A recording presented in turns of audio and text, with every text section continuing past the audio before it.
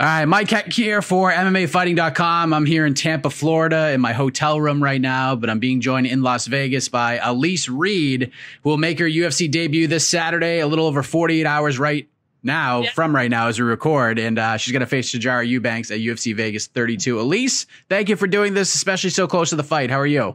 I'm good. No, thank you for having me. Absolutely. I know it's a different time in the world. This is probably not the first UFC fight week you maybe built up in your head thinking about how it would all be, but it's here, it's happening, and it is what it is. How are you enjoying it thus far? I mean, listen, I don't know how UFC fight weeks were before. I can't complain at all about what I'm going through right now. Speaking yesterday, we were doing photos and videos, and I'm putting on a fight kit, and I had conversations with DC and Dominick Cruz and Megan O'Leary and Fitzgerald. I mean, I'm at cloud nine right now. So, no, I'm feeling great. What was it like just being able to converse with all of that, with the DCs and the Dominick? I mean, especially Dominick Cruz. Like, I think his mind is one of the absolute best in the sport right now, and DC's not bad either. But what was that like, just being able to talk fighting with them? Well, so the funny thing is we go in the room and it's on Zoom because I think they're just getting a little background and information for the fight because they're going to be commentators for this weekend. So we go in the room, and I don't really know who I'm going to talk to. I was like, oh, it's going to be an interview, similar to this. And I look at the screen, and I'm like, oh, my goodness, they're all there. So it was great. I mean, it's surreal right now, obviously, being a fan of the sport for so long. I mean, I've been in martial arts my whole life, and Chuck Liddell and Randy Couture. I mean, I've been watching them since I was a kid. And to talk to some of the greats on an interview about my fight is just, it's pretty cool. I can't complain. Absolutely. As I'm sure you're well aware of, it is not very often that fighters that are 4-0 as pros get the call to the UFC. You did. So I'm curious, how did you find out, and how did you react to the news that you're not just, any old fighter anymore in the regional scene, which you were a very good one. You're a UFC fighter before pro fight number 5. Yeah, no, it was crazy. I know that the pro career that I had so far, fought Jasmine Jasudavicius and Jillian DeCourcy and Hillary Rose, people that were contenders and top prospects for the UFC. So I knew that it was close. But my manager called. He goes, guess what? And I was like, what? He goes, you're in. And he goes, I just need a verbal yes. And I was like, yes. He goes, okay. I'm at he was at a doctor's appointment. He's like, I'm going to get off the doctor's appointment and I'll give you a call back of what's going on. But I didn't even know who it was. I knew it was at 125. But yeah, no, we're excited, to say the least. And, I have a chip on my shoulder because at 4-0, I still got stuff to prove. So we're ready to go to work on Saturday. Yeah, a lot of people, when they see the record, they're just like, wow, 4-0, really? And she's in the UFC. But if you really dive deep into the level of competition, you mentioned 3 of the names that stick out to me right away. Do you feel like the level of competition just sort of negates the record altogether? I think it does a little bit only in the sense that, coming in, let's say my second fight was against Jasmine. She was 4-0. She's 5'7". I mean, that's a challenge in itself. And so I think to be able to navigate that challenge and create an opportunity from that, I think that speaks volumes in terms of what I've done. Obviously, I haven't had necessarily the time in the cage yet, but I have been in the cage with some of the people that are, Jasmine's going to be on the Contender Series this coming fall. So, and Hillary Rose fought Cheyenne Bai. So, I mean, I've been close. I felt like I was so close, tipping my toe into the water a little bit. So I think it says a little bit in terms of the pressure and ability for me to handle pressure in terms of fighting. And who do they match you up with? Another fighter who trains in the tri-state area, in Jersey, as a matter of fact. And I assume you're pretty familiar with Sajara when you got the name, not just because you're a fan and she's in the UFC, but sort of the local ties as well. Yeah, no, I've obviously watched her fight. She's been in the UFC for a while. She's a UFC veteran. And when we were saying yes to 125, we're like, okay, 10 pounds, no big. And then it's like, okay, well, she's a ranked bantamweight fighter. I was like, well, let's go. Why not? What else we got to lose? So no, I mean, definitely she gains my respect, obviously, because she's been there. She's done it for a long time. And, going up a weight class and her coming down, I mean, I've done that before. So yeah, we're just going to do it one more time. Then hopefully I stay at 115. That's the plan. Yeah, I was going to ask you about that. I assume this is just a one and done at 125, right? Unless something big pops up for you. Yeah, I mean, if you could see the diet going into this fight, there's no way that I would ever really want to be at 125 in my life, because I can eat anything and everything right now, and I'm not. My frame does not say 125. It's 115 all day long. 125.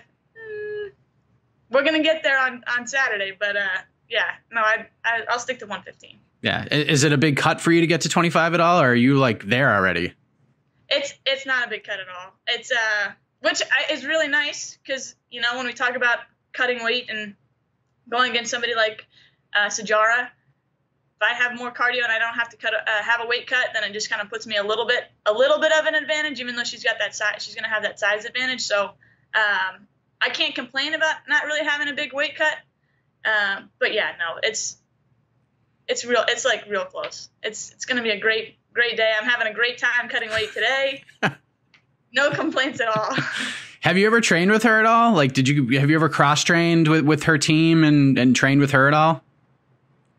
Say that again. Have you ever cross trained with Sajara? Like, have you ever trained with her? No, and I know people that I have trained with have done that.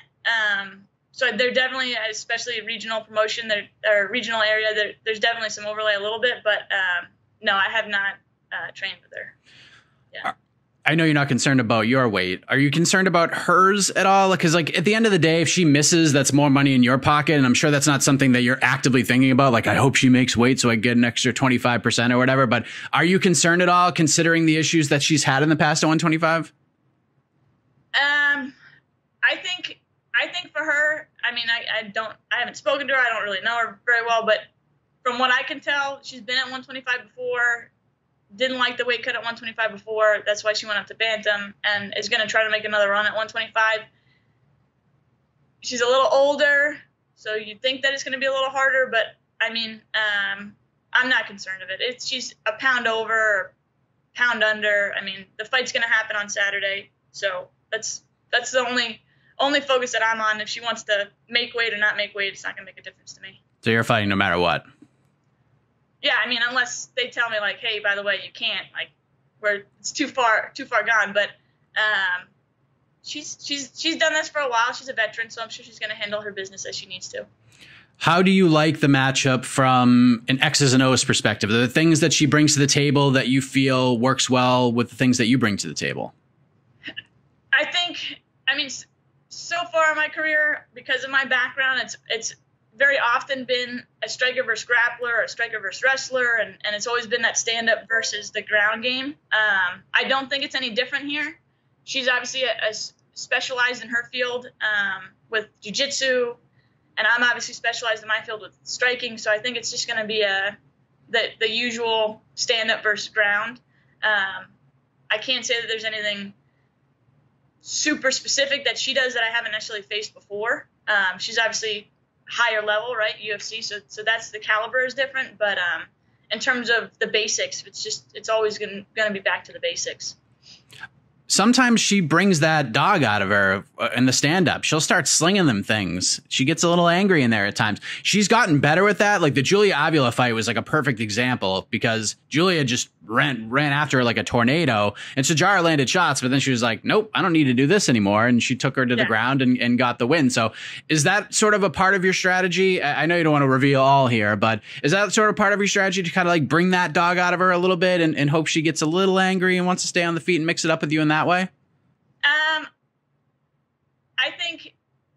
I think if she starts shooting for the feet, then I'm doing my job.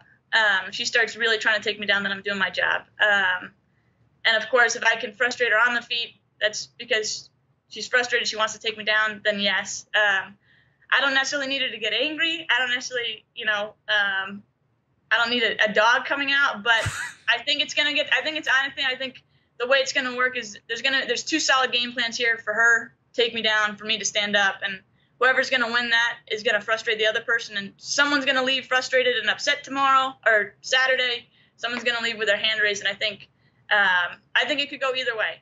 I obviously, any fighter would like to frustrate somebody, their opponent, and make them feel like they can't win and have those, moments where they're just mentally defeated. If I see that on Saturday, it's going to be great, so I can't complain, but I'm not necessarily looking to get her angry. Do you feel in a strange, listen, you're a competitor, you want to go in there and win. Yeah. In a weird way, do you feel like you're playing with house money on Saturday? Because this is not your weight class. You said yes. You're taking an opportunity. You're fighting somebody with a name, a ranked bantamweight at flyweight when you're a strawweight. Do you feel like in a way like you're playing with house money? Yeah, I'm going in to win, but it's similar to the Jasmine fight where at first it was a 115 fight, then it became a title fight, and then it was a main event, and I'm like, okay, I can't lose. So I think just getting my name out there, similar kind of Chris fighting Sean O'Malley this past weekend with the McGregor card. If I can put on a performance and say like, hey, like somebody's gonna remember my name, then I've done my job. So yes, I think that there's gonna be I'm an underdog in this one, and if I come in and at least give her a run for her money, it's gonna showcase my skill and talent, because then again I get to come back to my normal weight class, and then it's game on. You know what I mean? So yeah, a little bit. But what did you think of Chris's fight with Sean? It was crazy, right? Crazy. Again, he came from CFFC, so I have all the love for that organization and for the fighters that come out of there. So no, I was really excited. Obviously, I watched the fight. I bought the card really as much as McGregor and Poirier or something, but I really wanted to see him fight as well. And it just goes to show you that you can't count anybody out ever. So, do you have a prediction for this fight on Saturday? Like, do you even play that game? There's so many things that can happen. I always go for a finish. I think if it's going to be there, I'm going to take it. But I also know that I'm working on a different caliber, so I have to be patient a little bit more than I think I've been previously. So no, I'd love a finish, but we're going to play it smart, and we're going to work for the W. I know that you've spoken about your military background in other interviews. You were in the Army, if memory serves me correctly. Yep. Are you still in the Army? Like, whether it's reserves or you're still doing that, right? Yeah. I actually I finished the Hillary fight on the 29th, and I had a flight out to California on the 30th to do 2 weeks of military training. And then I came back, and that's where we pretty much got the call a week later that this fight was happening. So no, I'm still there. I got training August 8th, 6th through the 8th. So I'm still doing it, and I've done it since 2015. So, yeah. Are you fully active? No. I'm a reserve. Thank goodness. Oh, okay. Yeah, thank goodness. But no, it's a good little side hustle, more or less, and obviously gives me opportunities that I don't necessarily see in the civilian career. So, yeah. And you went to VMI? I did. For those who don't know, this is the Virginia Military Institute, and it is intense is putting it lightly, was it not? What was that experience like? It was crazy. So my coach has been with me since I was a kid, and he still can't understand why I went. I was talking to him recently, and I was like, it was probably because I didn't know much about the school. So I thought a sweat party was a party. So I had a friend, like an older upperclassman. Yeah, how stupid am I? Upperclassman was like, hey, by the way, I know you. I'm gonna take you for the sweat party, and I'm a freshman. It's like through day 3, and I'm like, oh my gosh, I'm already popular. I'm gonna go for a sweat party. The first sweat party, I worked so hard, my nose started bleeding from push-ups and screaming so loud. They had to put a tampon in my nose, and then I continued the workout. So, and that was like the first weekend. So yeah, so it was a challenging experience. It's military 24/7. There's formations, twice a day, 3 times a day, parades, and balancing that academically. And then I was an athlete as well. Yeah, it's a crazy experience. Would I ever do it again? Probably not. Would I change what I did? No. I made some great friends. But yeah, no, it's brutal. Are there? You're a little crazy if you go there. Are there like VMI reunions and stuff like that? Yeah. So we weren't able to do one because of COVID. It would have been my 5-year, I think, recently. But yeah, they have reunions and they do an old yell. They just scream their year. It's a tight little group because you're only graduating with like 300 to 400 people. So everybody knows each other and they have a bunch of pride about all the stuff that they went through because everybody just, put their head in the sand for 4 years and then finally made it out to society. So yeah, they have reunions and I'll be back at some point. Yeah, that's it. Maybe you'll be making some commencement speeches as a UFC fighter. Yeah, we'll see. And in the Army, you weren't part of the combatives program, right? Like you weren't certified, right? No. Yeah, I know. And every time I get into a unit, they're like, "Oh my gosh, you do martial arts?" Like, yes, we got to send you to combatives. No, I'm not even level 1 certified. Just because planning to go to school and get it, the certification takes a little bit. But if anybody in the military is listening, maybe I just get like an honorary certification. Yes, come on. They give honorary doctorates to like actors and stuff. I mean, you should just get level 2. Like we shouldn't even have to do level 1. Just get right to level 2. Right.